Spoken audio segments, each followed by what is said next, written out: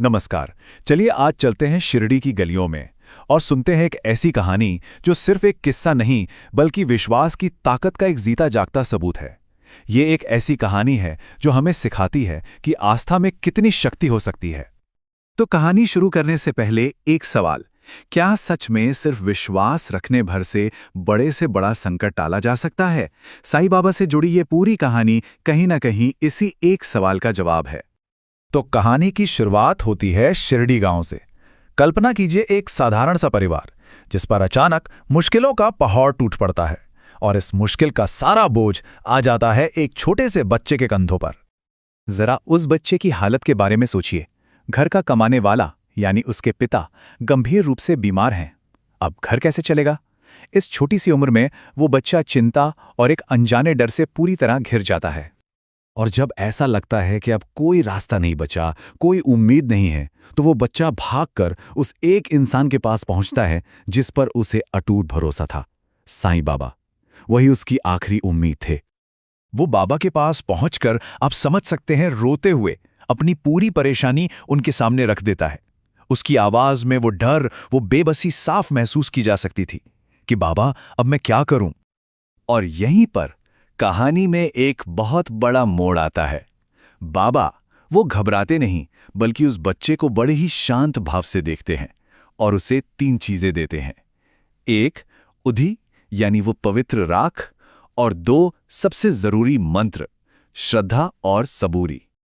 अब कहानी में आगे बढ़ने से पहले इन 2 शब्दों को समझना बहुत बहुत जरूरी है। श्रद्धा मतलब ऐसा विश्वास जिसमें कोई शक ना हो, कोई सवाल ना हो, बस अटूट भरोसा। और सबूरी यानी धैर्य, धीरज। ये सिर्फ शब्द नहीं है, ये बाबा की पूरी सीख का निचोड़ है। बाबा के इन शब्दों से उस बच्चे के मन में जैसे एक नई उम्मीद की रोशनी जल उठती है। वो फौरन घर की तरफ लौटता है। अब उसके पास सिर्फ चिंता नहीं बल्कि एक रास्ता था, एक काम था जो उसे पूरे लगन से करना था। और उस बच्चे का विश्वास देखिए, उसने एक पल के लिए भी शक नहीं किया। बस जैसा बाबा ने कहा था ठीक वैसा ही किया। पिता को ऊदी लगाई और पूरे मन से ओम साईं राम का जाप करने लगा। एक बहुत ही साधारण सा काम था, है ना?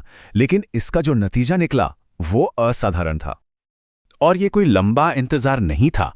कमाल की बात तो यह है कि अगले ही दिन, सिर्फ एक दिन में उसके पिता की हालत में जमीन आसमान का फर्क आ गया। जो कल तक नामुमकिन लग रहा था वो आज आंखों के सामने सच था। लेकिन रुकिए, कहानी यहां खत्म नहीं होती। असल में असली सीख तो अब आने वाली है। चमत्कार तो हो गया, पर इस चमत्कार के पीछे का असली राज क्या था, ये बाबा ने खुद बताया। अब जाहिर सी बात है, पूरे गांव में ये खबर आग की तरह फैल गई। लोग हैरान थे, चकित थे। सबको यही लगा कि ये तो बाबा की दी हुई उस चमत्कारी ऊदी का कमाल है। सारी शक्ति उस राख में है। लेकिन जब बाबा ने लोगों की ये बातें सुनी तो बस मुस्कुरा दिए और उन्होंने उस चमत्कार के पीछे का सबसे बड़ा सच सबके सामने रखा। उन्होंने कहा, अरे बच्चों, ये ऊदी तो सिर्फ एक बहाना है, एक जरिया है। असली शक्ति तो तुम्हारे विश्वास में है। सोचिए कितनी बड़ी बात है ये। असली चमत्कार ऊदी ने नहीं बल्कि उस बच्चे के अटूट विश्वास ने किया था। तो इस पूरी कहानी का सार क्या है? इससे हमें क्या सीख मिलती है जो आज भी उतनी ही मायने रखती है? देखिए, सबसे पहली और सबसे जरूरी बात यह है कि असली ताकत किसी बाहरी चीज में नहीं बल्कि हमारे अपने अंदर के विश्वास में होती है। हाँ, ऊदी जैसी चीजें एक माध्यम बन सकती हैं, एक प्रतीक जो हमारे विश्वास को एक दिशा देती हैं।